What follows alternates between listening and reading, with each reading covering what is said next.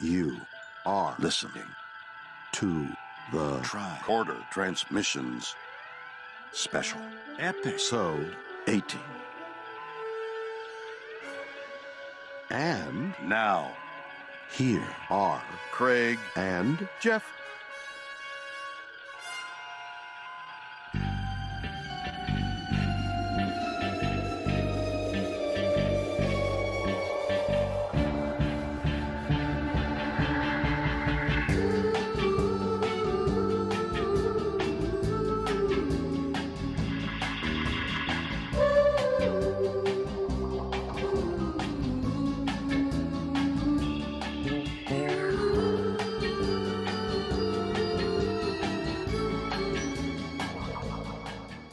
Welcome back to the Tricorder Transmissions. This is a very special supplemental episode, number 18, where we'll be talking about Spocks Brain. I'm Craig.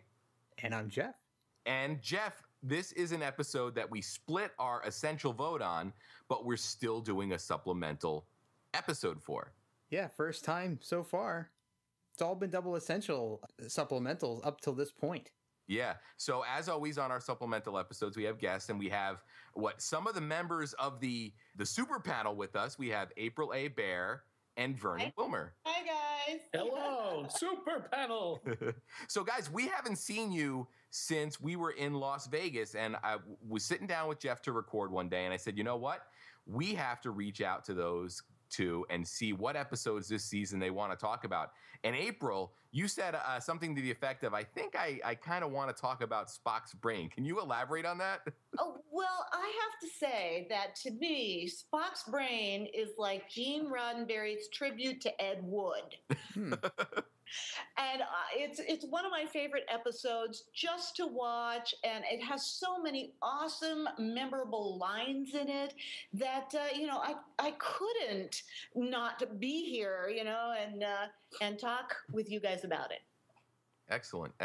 So, Jeff, I know that on these supplementals, you normally put together a sort of a run sheet for us. So do you want to take the wheel at this point? Oh, absolutely. So I do have quite a healthy agenda for Spock's Brain. This is quite a popular or unpopular, as the case may be, episode of the original series. And I wanted to kick off this episode with a trivia question about Spock's Brain. Ooh. That all three of you get to answer. But Vernon goes last because we know how Vernon is with trivia. That's right. Vernon answered it already. Ah, damn.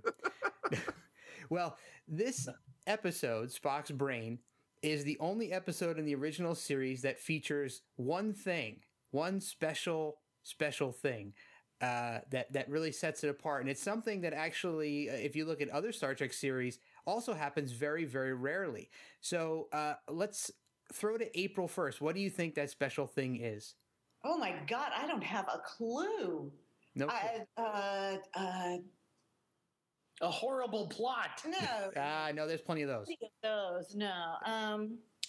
No, I can't even think. Give me a clue. Oh, come on. That'll give it away. Ah, jeez. You are okay. Something that no other Star Trek episode has. The original series. No other original series episode has it. Can you at least narrow it down to, is it a prop or a film process? Or Nope. Neither of those. It's not bigger than a bread box. Oh, jeez. Any clue, Craig? I'm really trying to think of this episode and what makes it stand out in terms of doing something that other episodes haven't, and I'm hitting a wall. Think about Spock's Brain. Spock's Brain. Think about it. Spock's remote control walking thingy? Well, maybe no, but I'm thinking of something more prominent than that. More prominent? What? Give up? You're killing me. Everybody give up? I gave up before you asked. Ion propulsion? Nope. They've talked about that before. Damn it. I'm thinking of one thing. It's one thing. You're going to kick yourself when I tell you. Oh, God. Time's ticking away. I give up. Yeah. All right. It is the only original series episode to feature the name of a character in the title.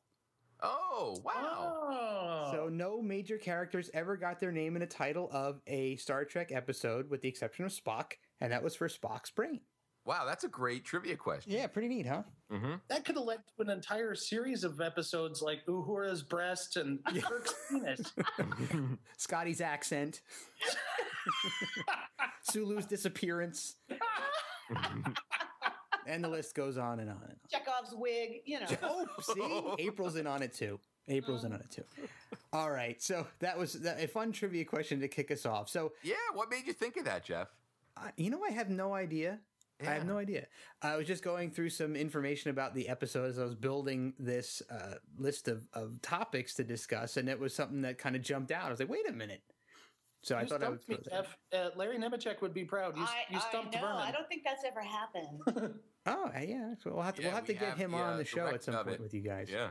Yeah. So, all right. Well, you know what? Let's address the elephant in the room first. Spock's Brain is typically referred to as the worst or one of the worst episodes of the original series. And I know April has already flipped her hand and said that she does not think it's one of the worst and it's one of her favorites. But Craig and Vernon, we still have your opinions and, of course, my own.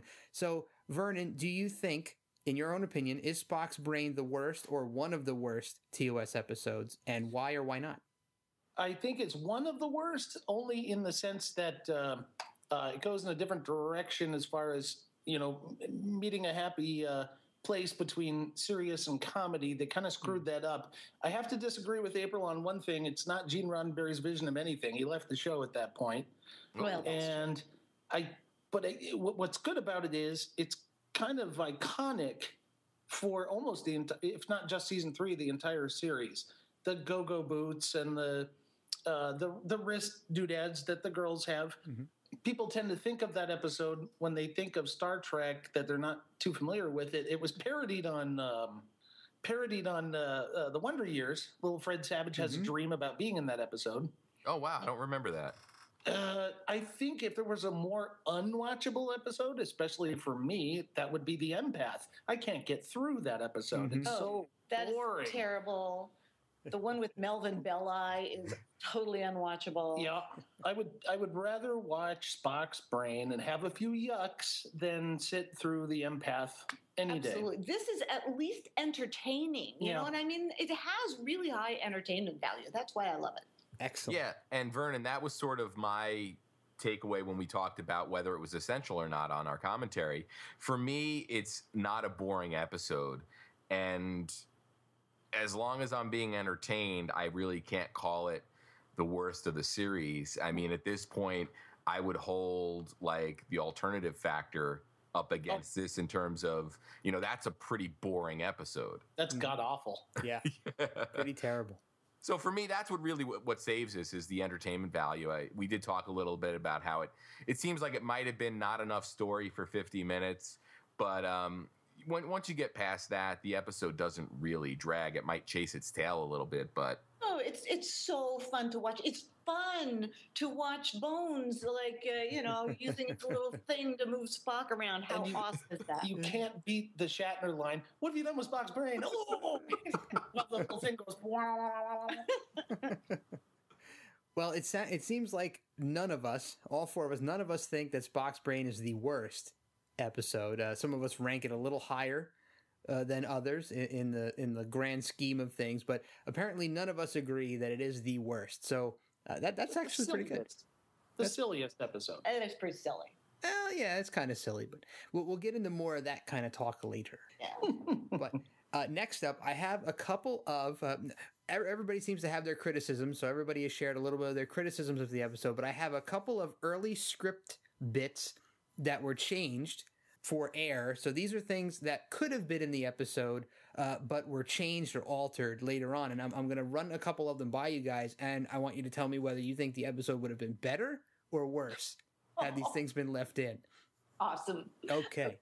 Number one, in an early draft of the script, McCoy did not receive any information or extra help from the teacher or any special knowledge of surgery of any kind. He used some of the planet's surgical techniques that he learned elsewhere, not from some sort of an intelligence infusion. And when combined with his existing surgical skills, he was able to re-implant Spock's brain. Boo.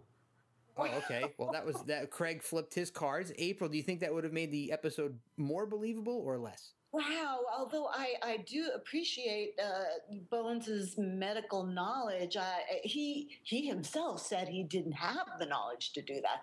So, I don't know. I think that he needed that knowledge of whoever these people were to put it back. So yeah, I don't think it would have helped. Interesting. Vernon? I think the episode needed the plot complication of the teaching device. It is very integral to many aspects of the episode. It gives you that suspense towards the end that it's kind of a MacGuffin that you have to use really quick in order to save your hero. Deus ex machina, that comes in at the last minute and saves everybody. Yeah, I think the episode needed it. It was well written in. It was an important plot device, even though it looked like a hair curler.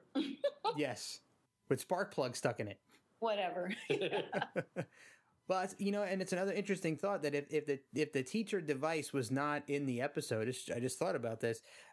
How would the childlike leader take Spock's brain out in the first place? That's what I was thinking. Yeah. So that would have been a little bit awkward to explain as well, or maybe they didn't try to explain it at all. Yeah, well, like I said, Bones, good doctor, not that good. No, so. and I don't think anybody would fault him. Yeah. So, Craig, you said boo. Yes, I think that adds such a great level to see this sort of amped up mentally McCoy, who's got access to a level of knowledge that he normally didn't have access to. And it's great just to watch DeForest Kelley act that and sort of see this McCoy with this swagger, with this, sort of increased intelligence. Right. And then you wouldn't have had that line, a child could do it. Yes. That's another great line. Mm-hmm. Jim, can you find me a child? So actually, I think, Craig, you and I when we were talking through our commentary on Spock's Brain, we both seemed to point that bit out as a high point, as when McCoy is reattaching Spock's brain. We thought that the performance by DeForest Kelley during that scene was actually pretty good.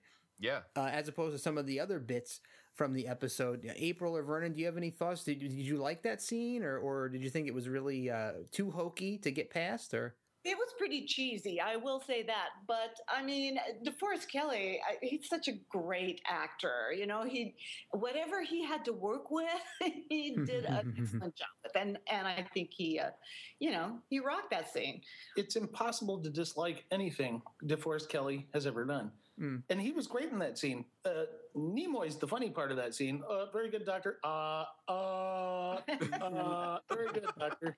Oh, that leads us perfectly into the next early script bit. Speaking about the brain being re-implanted and Spock talking him through it and making those funny mouth noises. So in another early draft of the script, after McCoy completes the brain implant surgery, Spock has some side effects. And because of McCoy reversed some of the connections or misconnected several nerve endings, and this caused Spock to do things such as laugh when he wanted to sneeze. So over time, though, the episode explained that he was able to restore those errors or make mental workarounds using his Vulcan mental disciplines. Oof. So, Craig Cohen, you obviously want to go first.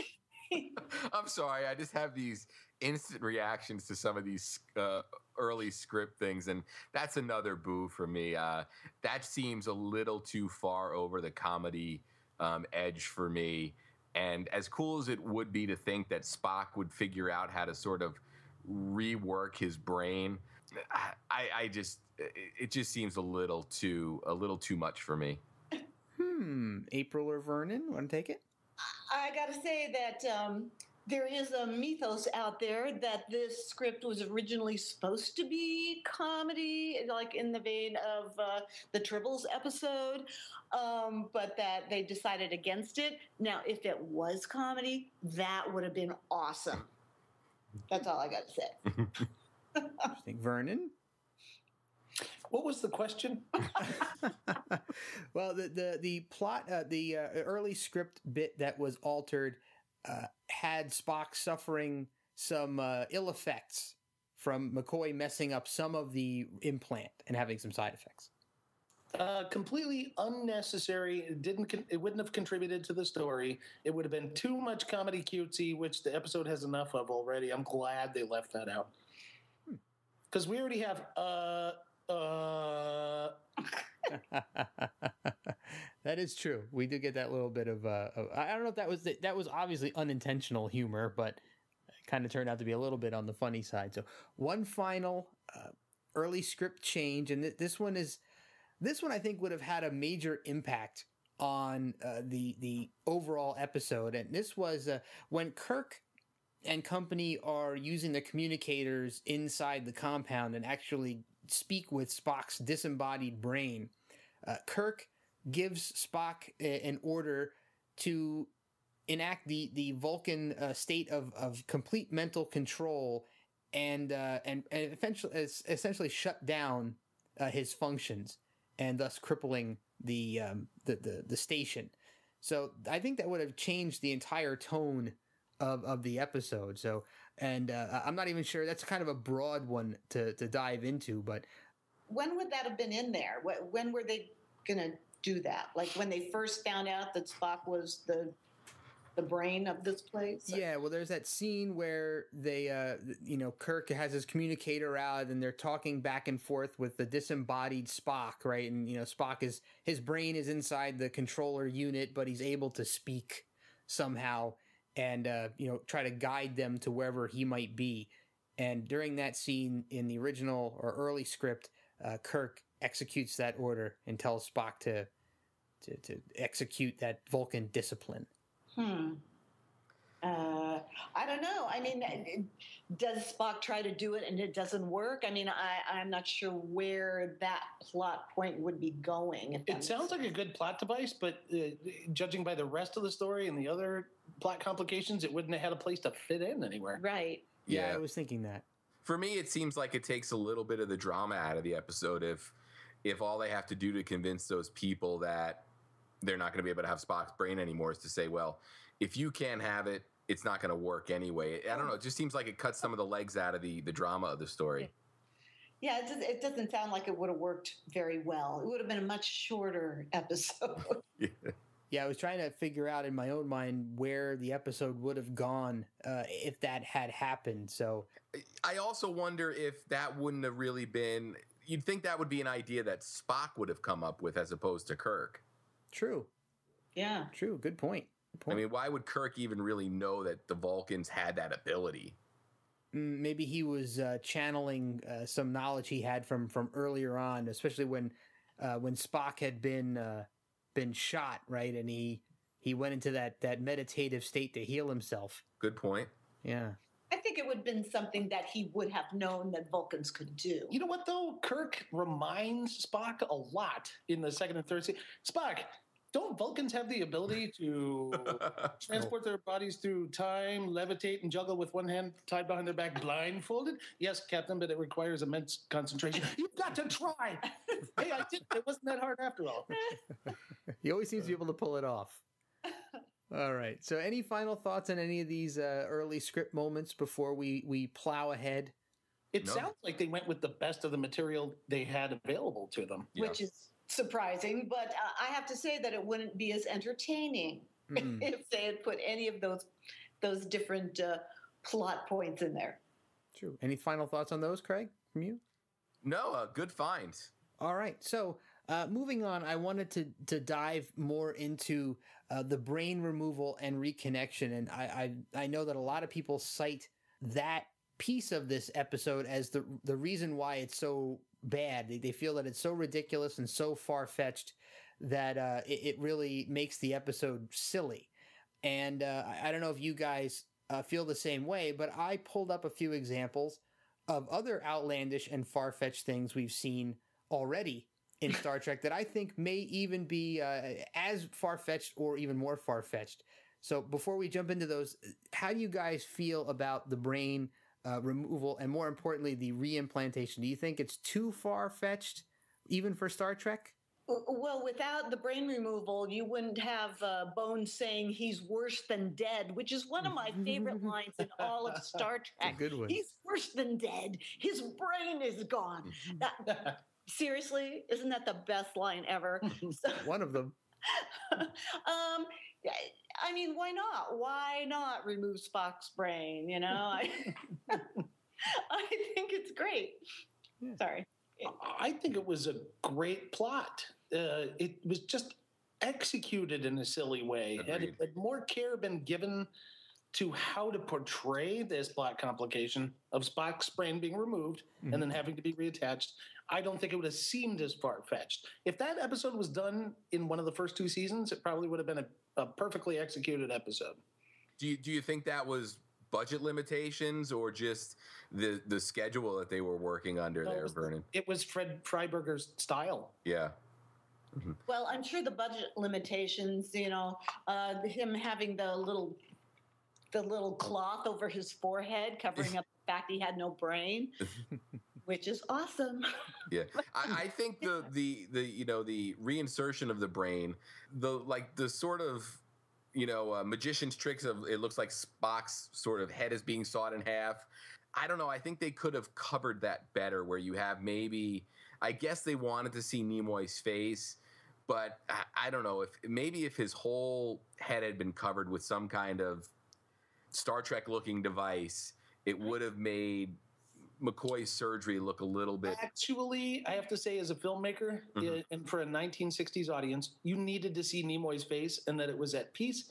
If you had had his entire head covered with some sort of apparatus, it would have looked too horrifying for the 1960s audience. At least they could have had the top of his head, with the scalp, like sitting on a table somewhere. With the tips of the ears. The little points of the ears. Something like that. That would have made it more realistic. Well, I think the point that kind of pushed it over the edge for me, and I can totally buy into the brain being taken out and the brain being put back in, but the fact that Spock immediately stands up after it's all over and his hair is perfect and there's no scarring at all, and he's just able to just get right back up as if nothing ever happened.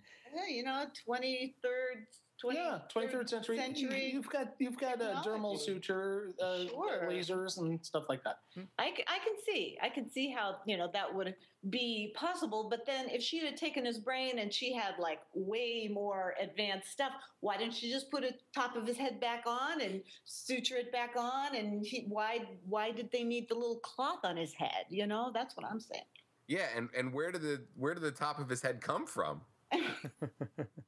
Was that back on the Enterprise after being removed? Yeah, yes. Where was all this? There were a lot of things that they didn't think through. It was laying on Uhura's console. Oh. What the? Somebody left Spock's scalp out again. And that remote control unit, does that only work on people without brains?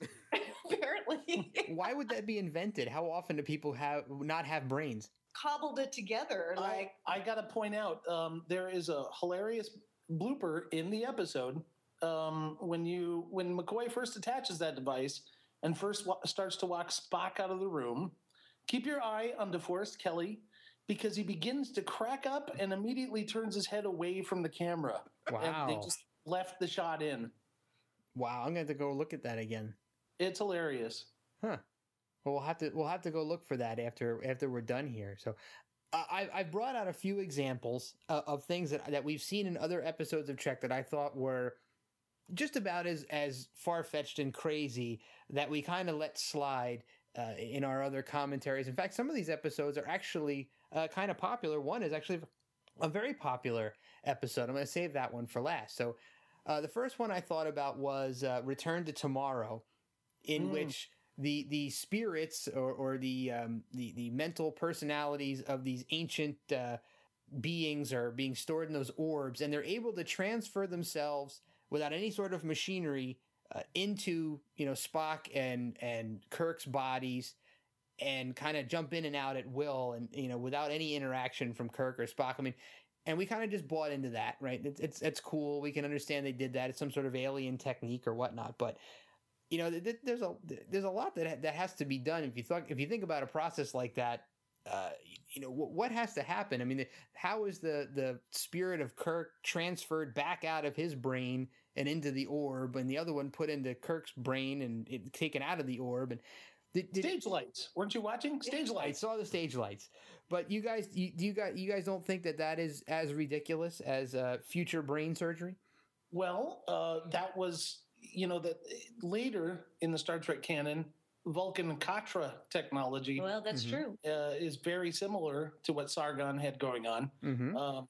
With I think it all started with Star Trek 3 and then continued on in Enterprise about storing the Katras in do those receptacles have a name? I can't remember. God, I don't remember. It was part that was cut out of Star Trek 3, actually. There's a Katra storage devices. Oh, I'm she's looking it Googling. up. She's Googling. There was a part cut out of Star Trek 3 where there is a temple that they walk through on the way up Mount Solea that has all these orbs, just like Sargon's orbs, with the Vulcan, the Katras of the Vulcan masters from the centuries embedded in there. It's a real shame we never got any kind of DVD treatment with deleted scenes from Star Trek 3. Yeah, that's true. That's true. No Blu-ray either. I think when they introduced that sort of technology to the Vulcan culture, it was more acceptable than just in that episode.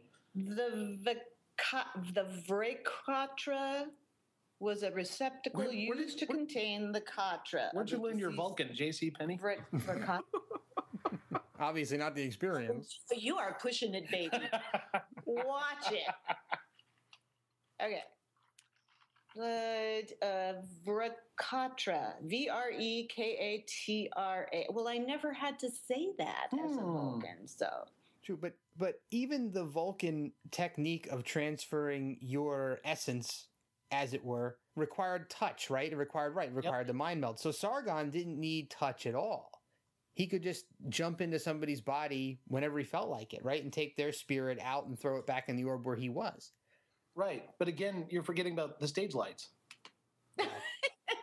We're not supposed to think about stage lights. This is alien techniques. You're supposed to buy into this plot point. That's what you're supposed to do. You know what? That might be a little out there and corny, but I think that episode was executed well, unlike Spocks Brain. Exactly. So you could buy it. Okay. All right, so we'll move on to, and I staged these in the order that I thought they were more ridiculous. Let's move on to the Deadly Years, where we see Enterprise crew members rapidly age to extreme elderly age, and then once they're cured, they immediately snap back to their original age that they were, and appearance that they were when they contracted the disease. Yeah, hard to buy into. That was silly. You know what was funny about their aging in that episode? They left out the fat. They just got old and skinny. That's true. But, I thought, I like the Deadly Years. In fact, I think Craig likes the Deadly Years as well. Yeah. That's awesome. And I thought that, that was something I think we talked about in the commentary was that, we thought it was pretty far-fetched. I mean, I can buy into getting some sort of a disease that rapidly ages you, but how do you revert? How do you revert exactly to where you were when you contracted the disease? How does your body know to rewind back? How does Kirk go back to being 34-year-old normal Kirk when he was just 34-year-old 105-year-old Kirk? That's a Scooby-Doo ending. Zoinks! You're like 34 again. That was pretty good. Thanks. You know what? My favorite. While we're on that episode, you can't beat that line. You traitorous, disloyal, stabbing the back the first chance you get. Kirk had a lot of great lines in that episode. Getting a little gray. I dislike that episode immensely. Don't get me started. Really? Oh, no. Why, April? Come on, let it go. I just think it's really. I think it's really ageist. Okay, it's an ageist episode, and they treat. Okay, I understand that it's part of the disease that you look and act like an old person, but old people don't. I mean, I'm sorry. Don't get me started. I don't look at that episode as those characters aging. I look at it as they are suffering from radiation poisoning, which is kind of like a Methuselah syndrome they have going on. Yeah. Obviously there's nothing in that episode like they actually turned out to be when they aged. No, in reality. But what it does is take all the stereotypes of Shatner was doing the old man, but he was doing stage. He's a stage actor, and he was doing stage old man is what he was doing. I guess I just find it really insulting. And okay, there's no reason you should, because you are the youngest person. Oh, of course I am. Anyway, back to the show. Back to the show. Craig Cohen, Deadly Years, Aging and Reversal versus Brain Reimplantation. Yeah, I think, again, this gets back to sort of Vernon's point about execution, and the biggest thing going against Spock's brain is the execution. And the end of the Deadly Years is fun to watch, and the music and the editing timing, and you're into it, and you're like, yeah. And Kirk shows up on that bridge young, and you're like, yeah. Spock's brain has nothing like that at the end. No, it does not. It's one of my favorite Kirk hero moments of the entire series, the end of the Deadly Years. So that was an order, Lieutenant. Code 2. I love that one. All right, so I don't know if this last one's going to get me in trouble or not. Uh-oh. April, I don't know if you're going to get mad at me for this or not. Oh, I'm not mad at you. No, for this next one that I'm going to bring up. Okay. I am going to bring up one of the things that I had a lot of trouble buying into, and it's a very, very popular episode. I know Craig and I disagreed on this one, and a lot of people disagree with me on this one. And that one is the ending of Mud's Women. I thought that the fact that she's able to transform herself from the aging, quote-unquote, unattractive state into a younger, quote-unquote, more beautiful state, sheerly by the force of her own will in having self-confidence, or however they explained it, and it physically transformed her as the drug had done prior, so she was able to do this without the drug, I thought was a little bit too much. Yeah, it's kind of the same thing, only misogynist instead of... That was a Wizard of Oz ending. The beauty was within you all along. Mm-hmm. Ping. That was dumb. That was kind of dumb. Yeah, and I mean, if it didn't ring so hollow with me, you know, it's like, come on, really? Hey, it's 1966. No, Max I understand. Factor. I totally understand. We're talking about the 60s here, and you know, all the stereotypes that existed, and you know, the way people thought of age and gender and those kinds of things. So I totally understand it, but it doesn't make it better. One of the downfalls of some of the original episodes is that, you know, being a mirror of the times, you've got lines like Pike saying, I know, I just can't get used to having a woman on the bridge. And he's talking about a yeoman. Yes. Now, in the prequel series Enterprise, we've got Captain, what was it, Hernandez of the Columbia was a female. Not Hernandez. What the hell was her name?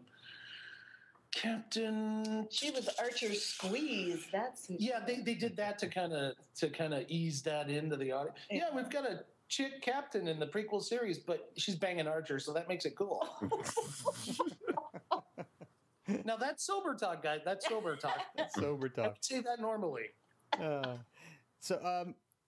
It's not. I don't. It's not necessarily for me. It wasn't that, you know, it was the transformation from unattractive to attractive, but it was just the fact that somebody could transform themselves just by the sheer force of will.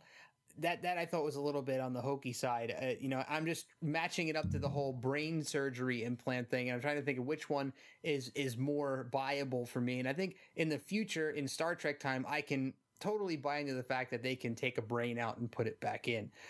Can I tell you a secret that might help you resolve the whole Eve Venus drug inner beauty thing? Sure. Any way they showed her in that episode, she was never attractive. Oh, wow. Oh, wow. And that's still sober talk? Tell me I'm wrong. Ouch. What? Anyway. The brunette one was hot. Wow. All right. Craig Cohen, let's wrap this section up. Yeah, I think when we talked about that episode on the commentary, I sort of went with the whole, you know, her confidence was her beauty line. And I think that really sells it, for me at least. But it's definitely far-fetched. I mean, if you've illustrated anything here, Jeff, it's the fact that by the third season, and we kind of hit on this in our commentary track, people should be accepting of what Star Trek is serving up. You know, taking the idea that you've got this federation of planets that's got interaction with alien races and the technology they have. If you believe that, it's like, where do you stop believing? Right. It's like somebody goes to see a Spider-Man movie and they say, oh my God, Spider-Man did this. And then you say, or, they pick out an absurd plot point and you say, well, it's a movie where a guy shoots webs out of his wrists. Yeah. Right. At that point, where's your suspension of disbelief begin and end? Yeah. I think buying a ticket to the Spider-Man movie is acknowledgement that you're buying into the concept, right? Yeah, and I think sitting down to watch Star Trek, Vernon mentioned, the execution, and if you can forgive the execution, it definitely falls in line with what the series has presented thus far. Yeah. Agreed. As far as buying things that are like not believable, the episode Spock's Brain has an example in there for the characters. The idiot Morg guards fall for Scotty's pathetic little fainting spell. Yes. When they that's hard. That part's hard to watch because it's almost like Jimmy Doohan didn't even put any effort into it. He's like, oh, you need a distraction, and then they all fall for it, and it's the stupidest scene in the whole thing. All right. So to wrap this up, we'll do a little round table and we'll put each of you on the spot. And we'll start with Craig Cohen this time. Craig, are there any moments in any Star Trek episodes, original series episodes, that you think are potentially more far-fetched than the brain being reattached? Yeah. We talked about the alternative factor. The dude that keeps falling off cliffs and not dying. Poor Lazarus. Oh man, April, any jump to mind for you? Well, yes, it's hard to buy into, but as Craig mentioned, suspension of disbelief is crucial to enjoying anything in Star Trek. So yes, all kinds of crazy things happen, but it's Star Trek. You gotta love it. And so I think it's all equally unbelievable and yet fabulous. Vernon, I know you have something crazy to say for this one.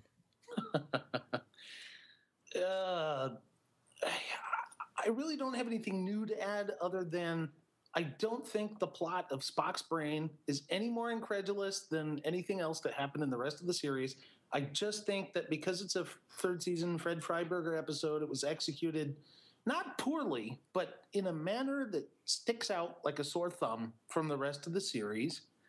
And there are intolerable things about that episode, and there are wonderful things about that episode. The best, of course, being the mini skirts and go-go boots.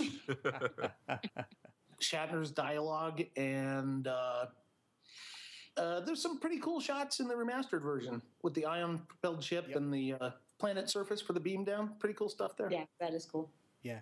I like it. I think it belongs in the Star Trek canon, and it stands out, and it should be enjoyed as well as hated. All right, so we're going to move on, and Spock's Brain, like many, many other original series and beyond episodes, also has in it an aspect of social commentary. The episode kind of makes reference to some things or some common thoughts and fears and concerns of the time, and it's not well fleshed out, and it's kind of overshadowed a little bit by some of the writing and some of the direction in the episode. But in the background of Spock's Brain is a story of a society that was once really, really, really technologically advanced, and an ice age came, and they became so dependent on the technology that they were using to survive that they kind of devolved into a mental state where they were in a state of mental arrest as in a younger state in their minds, as McCoy says, and they couldn't exist without that technology. They became so reliant on it that there was no way they could get by. And I thought it was kind of fascinating because, obviously back at the time, automation was becoming a thing, and we've seen other Trek episodes where automation and machines taking over jobs and computers becoming more prevalent was a concern for people. And, we're still seeing this type of thing happening today, where we as a society in the United States and other places are becoming so dependent on all this technology that you start to wonder where we would be if all of a sudden something like electricity disappeared and stopped working. So I thought that was kind of a poignant plot device in this episode, and I felt bad that it's kind of overshadowed So, thoughts on that concept? Anyone? Vernon, since you chimed in? I'm sorry, I was making a Steve Jobs joke. But it's also kind of a Borg analogy in later Star Treks that a society can become, or the Bynars, so dependent on their technology that they can't function solely biologically without the technology. We as human beings in the 21st century are definitely there. All it's going to take is one little catastrophic either geo event or extraterrestrial event. By that I mean meteor strikes or something like that. We're going to be screwed. Mm-hmm. We won't know what the hell to do. 2% of us will survive whatever the hell is coming up. Mm. And I blame Steve Jobs. Okay. But I would definitely love to be a Morg because women are definitely the bringers of pain and delight. Oh God! I mean that's any version of society. Women are exactly that. They could not have distilled women down to their constituent elements better than that line in that episode. Oh my God! The bringers of pain and delight. Okay. We have one of those bringers of pain and delight with us, April. Why don't you go next? Well, I have to say that there was a lot similar in this that there was in the movie Idiocracy, if you recall that. Yes, I mean, it did remind me of it as I was watching it. I was like, oh, same thing. People become so dependent on technology that they don't use their brains for, anything, basically. So, yeah, it all kinds of boils down to the differences between women and men. And because women on this planet happen to have the technology, they don't know how to use it. They have it, so they're in a much better state than the male of the species is, who they just kind of relegate to the ice planet. And that seems kind of cruel, though. I don't know. That part of it really kind of. It rubbed me the wrong way and seemed, again, a little misogynistic, which, again, we are in the 60s. But, Vernon has such a negative view of women. That's so sad. What are you talking about? I love women. Women are great. What are you talking about? Do they keep you in the ice? Or I don't know. What's going on? Okay. Let me defend myself from that comment. Yes, please. By saying that in that episode, the Morg, after just a few seconds of interaction with the landing party, eventually start to reason and even explain things to the landing party. Whereas the females, the Eymorg down below, first of all, they take their thing and they go, wah, wah, wah, wah, wah, and they stun everybody. Then they attach torture devices to them. They don't explain anything. In fact, they don't know anything because they can't understand normal thinking. That's wow. Okay. Well, I wonder if eons ago, when this ice age first came upon them, and they realized that they had to go underground, and whatever happened to them in the past. Yeah, the women went underground, and so the guys will be right back. Right, because they thought that the women would be safer underground, and that the men would be better off on the surface. I don't know how that happened. How did that? Yeah, it really does give rise to a lot of questions about how did that society evolve to the point where they were completely separated like that. And obviously the women came up to, I don't know what they did with the guys. They would kidnap them every now and then. Occasionally. Yeah, that's a little kinky, don't you think? So, yeah, well, they had the go-go boots and the mini skirts. Yeah, there's all kinds of kinky stuff that's going on in the background there. Is this podcast disintegrating? You guys have been very clean. I'm impressed. Don't you think that's weird, though? How would a society...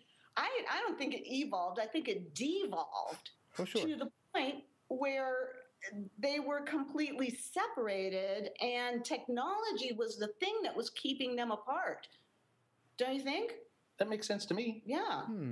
Interesting way of looking at it. Craig Cohen, any thoughts? It is, and that's one of the things that I love so much about what we've done with this podcast in terms of me and you sitting down and talking through these episodes and then doing these supplementals, because I've always talked about how Star Trek works on two levels, in the sense that you have, the surface level story, and then if you dig deeper, you can read into that. And this was an episode that I watched completely on the surface level.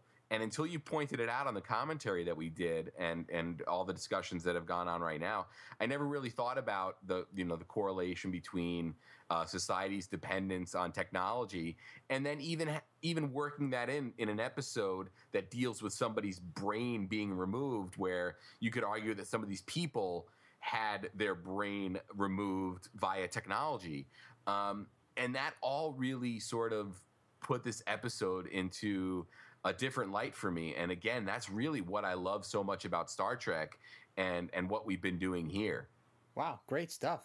It's pretty awesome. I feel the same way.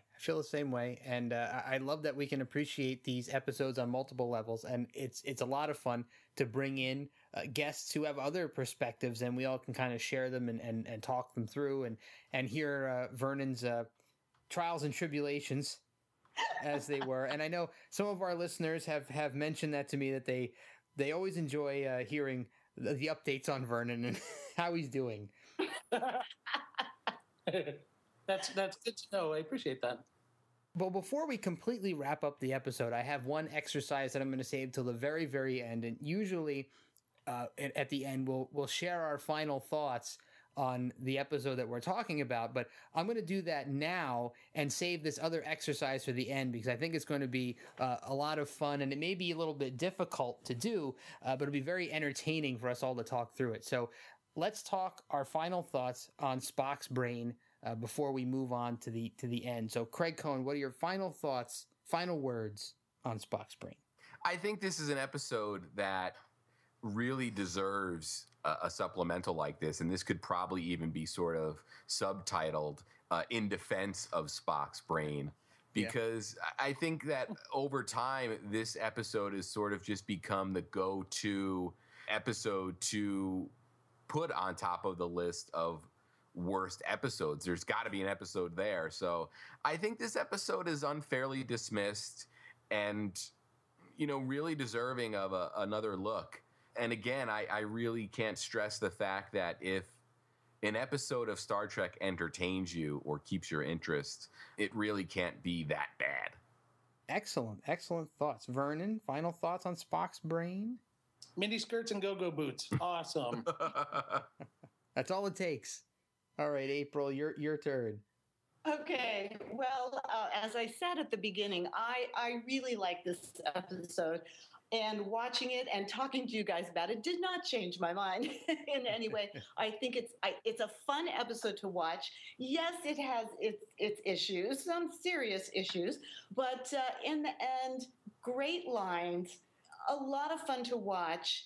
And as we discussed with the whole technology and gender thing, there's a lot of stuff going on underneath it that really, I think that, as you said, a lot of people dismiss. It just kind of gets shoved into the background when it really is.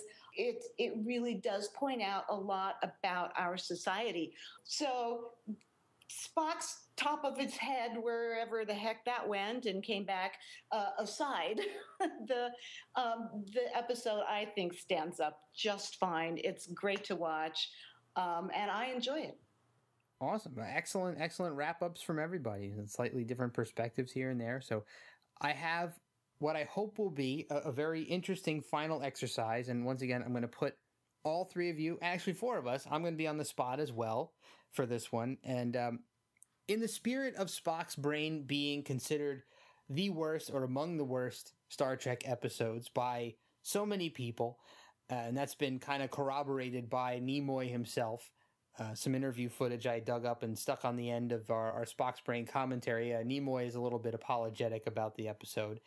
And what I want us to do, and in fact, I'll volunteer to go first on this, try to distill down your three worst original series episodes, as tough as this might be. And it's okay to throw a few more in there if you want to do 4 or 5, because you can't narrow it down to just 3. That's completely fine. So I'll throw some out first. For me, the absolute worst is the alternative factor. The empath is right up there. Savage Curtain is also really, really far down for me. Requiem for Methuselah is way down there for me.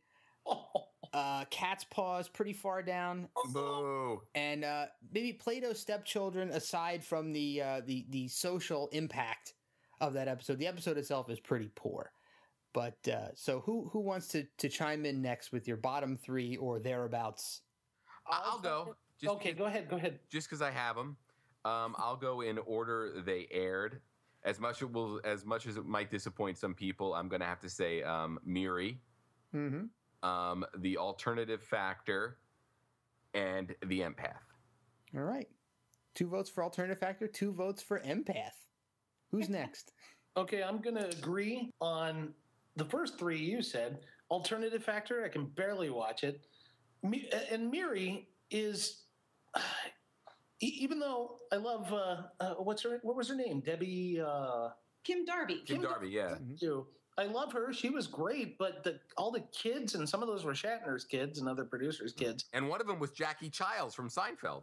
Yeah, that along with the episode "The Children Shall Lead" are completely unwatchable to me because of the annoyance of the children and their bunk on the head and na. I can't watch that; it's impossible.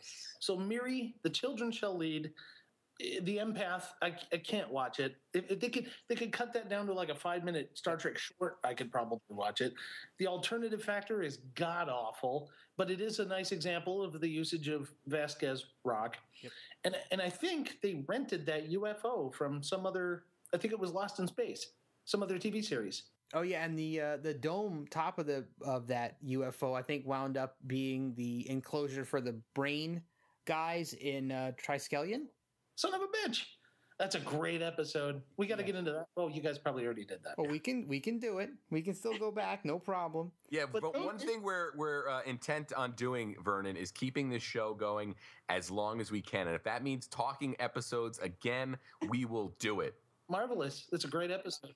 But going back to worst episodes, those are mine as far as TOS. And I know this isn't part of the context.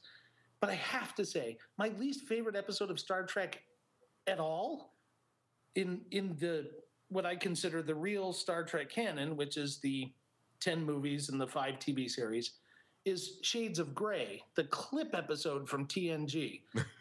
That is the biggest waste of DVD sector space I've ever seen. And they're not even good clips, and they repeat over and over again. The Simpsons, the same year, The Simpsons made a joke episode out of clip episodes of TV series, and TNG goes ahead and does it. It was god-awful. So that actually is worse than any TOS episode. I'd watch a horrible TOS episode before I'd watch Shades of Grey. Wow. Fantastic. April, you're up next. I know, and all this talk has made me forget what I was going to say. Okay, and the children shall lead them sucks. It's just so bad. Melvin Belli, great actor. Oh, please! He was a bad attorney. He was a good lawyer, a bad lawyer, and a good actor. Right. And they misused him. Anyway, he was terrible. You know what? I don't like Charlie X. I do not like that. Because I just want to smack that kid. I don't like it. And I guess I kind of like the empath. You guys didn't like it, but I think it's okay. Charlie X is the only episode where you can see Kirk in his wrestling tights. That's true. Sight that I could have lived without, apparently. Charlie, put on your tights and watch me do this role. As the big oaf in the corner laughs. And something else I didn't like, and I might, cause some. I didn't like the Lights of Zatar. Oh, that was written by Lamb Chop. I don't know. Oh God. What was her name? Shirley something. Sherry Lewis. Sherry Lewis. It was a great episode, and it was a Scotty love interest episode, which almost never happens unless it results in murder. Well, it was I just didn't like that whole lights and It was spooky. No, it's a good Halloween episode. Okay, so I guess I'm a little bit different. I don't like Charlie X. I don't like the Lights of the Daytime, but I really, really hate And the Children Shall Lead Them. So okay, in those are my three. Charlie X, we get Uhura singing 2 different songs. We have Spock playing the lyre. There is all kinds of stuff to love about that episode. And I'm not even talking about Kirk's tights. Regardless, I don't like it. Okay. Fine. Wow. Well, it looks like at least we all seem to have some in common. April didn't seem to pick some of the ones that Craig and Vernon and I had in common. Vernon, you also picked Savage Curtain as well? No, I love that episode. Do you really? Absolutely love that episode. Wow. That's amazing. It's cool that we all have different ones that we hate and love. So yeah, and it's also cool that I'm the only one who's right. I'm kidding. Well, this was a very fun exercise to go through, and someday, I know Craig and I have been talking about this, and we're definitely going to get you guys involved. We're saving this for a little bit later after we're done with the third season, and we're actually going to get together and talk through our favorite Trek episodes and the ones that we think are the best, and I think those episodes are going to be a heck of a lot of fun to go through. So they'll be very, very in-depth. And I think we were actually even thinking of dedicating a full episode to each one of our sets of favorites. So yeah, that might be fun. And you guys can have your own as well. So yay. Okay. Yeah, cool. I'm in. So as we wrap up, as we always do, we'll give you guys a chance to talk about some of the things that are going on in your own lives. Vernon, I'm sure the listeners would love an update on your documentary. I've been getting some angry messages lately. They're like, you are pissing off your audience. But wow. I just want to let everybody know, I appreciate their interest, which generates that anger. But to please appreciate the fact that I have a full-time job, which is a very intricate and a job that takes a lot of time and energy, frankly, out of my life. But every single day, I am working on both the video documentary series, getting it ready for a DVD release because online hosting is just not doing it anymore. Yeah, which will be made available through the Facebook Star Trek My Experience page. But I'm also every day working on the image archive, which is over 10,000 photos, which I almost get an addition to that archive every week. Wow! And I have to go through. I don't just leave those photos as they are. I go through and what I call Vernonize them, which is just optimize the visual quality as much as possible. Some of them are scans, really dusty scans, and some of them are really low quality, old school digital photos. And I'm just cleaning that stuff up. It's almost like a single person taking on remastering Star Trek, the original series, with a computer. Right. So I am working on it every day. I appreciate everybody's interest. I just ask for a little patience and to pay attention to the Star Trek My Experience Facebook page because there are updates on there as often as I can post them. I wanted to apologize when I saw you guys at the convention, which I think was Thursday in August. I was excited to see you guys. I wanted to hang out and chat. You guys were standing in line. But I'm sorry I was chasing that skirt. We saw you again, though, Vernon. I guess you don't remember. In fact, they said, they were like, Vernon took off with some girl. Vernon, if you recall, that was only the first of maybe 3 or 4 times you took off chasing some skirt and left us standing there. So I was probably very inebriated the next 3. Well, I remember we were hanging out with April at the Masquerade Bar, and you came down from a party that was up in a room. And I don't remember the details, but were you missing your shirt or... Did you lose a shirt, or did you have somebody else's shirt?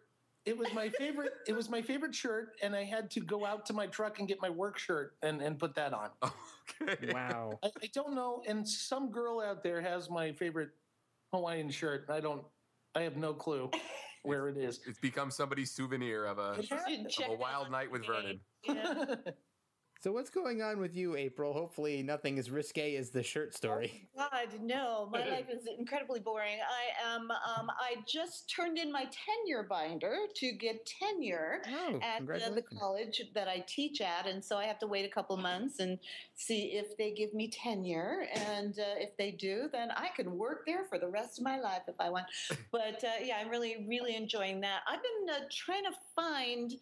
I believe there were a couple of people taking video for our Star Trek: The Experience panel at the convention, and I was hoping to get that, and so that we could put it up probably on my Experience page. But so far, nobody has come forward. I think I've been searching around. So if anybody out there in the listening audience has a video of that, let me know so that we can get that up online so people can see it, because that was a really fun panel. Oh yeah, that was such a great way to end the whole convention. And I do remember there being a camera set up in the back of the room, so yeah. Somebody definitely captured it. Somebody has video of that, which I think that we could get to Vernon, he could edit it and put it up online. So we'll find it. I know a couple of people. I just have to contact them. But... You talking about the panel? Yeah, the panel video. Mark White. Oh. So, okay. Well, now we know. We'll find out. He's holding out on me because he wants to put his watermark at the bottom of the screen. It's exclusive video. Well, why not? Let's do it. Yeah, because I think it needs to be seen. Oh, definitely. It's another chapter in the story that is Star Trek: The Experience. That is correct. Yeah. So that's what's going on with me. Yeah. Well, so thank you both, of course, for being on the show again. It's always great to have you, and I know our listeners have told us many times that they love hearing both of you on the show, and they always look forward to you coming back on. So I guess this will wrap up our Spocks Brain supplemental log episode with April Hebert and Vernon Wilmer. Thank you guys so much for coming on. An honor and a pleasure. Thank you for having us. I'm sure you'll hear the two of you again at various points throughout our season 3 coverage. Yes? Yes. Yes. Definitely. Awesome. Thanks a lot, Jeff, guys. Yes, I want to take a minute to just say thank you for putting together such a great agenda for tonight's discussion. Oh, you're very welcome. It was fun to put together, and I'm glad that it went so well. Thanks, everybody, for listening, and we will see you on Sunday. Hey, everybody. You didn't think we'd let you go without your sneak peek of the Red Shirt Diaries coming up tomorrow, did you? Here's Ashley and Jason. Episode 8, Miri. Williams brought something back to the ship, and only Dr. McCoy can keep her healthy. Dun, dun, dun. So we wanted to bring Dr. McCoy onto the show, and what's the best way to do that? Well, it's a space disease, and only Dr. McCoy's medical examination can save Vincent Williams, or maybe it won't, and the series ends, and there's not 2 more episodes. Who knows? Maybe I'm lying. So are we going to see some makeup in this one? Yes. I guess you could really generously call it makeup. You're going to see some careful use of colored gelatin. And our Dr. McCoy is played by DC Comics writer Sterling Gates, if you're familiar with him. Oh, cool. Very cool. Yeah. All right. Well, thanks for coming on, guys, and we will see your episode tomorrow. Cool. Thank you. Thank you.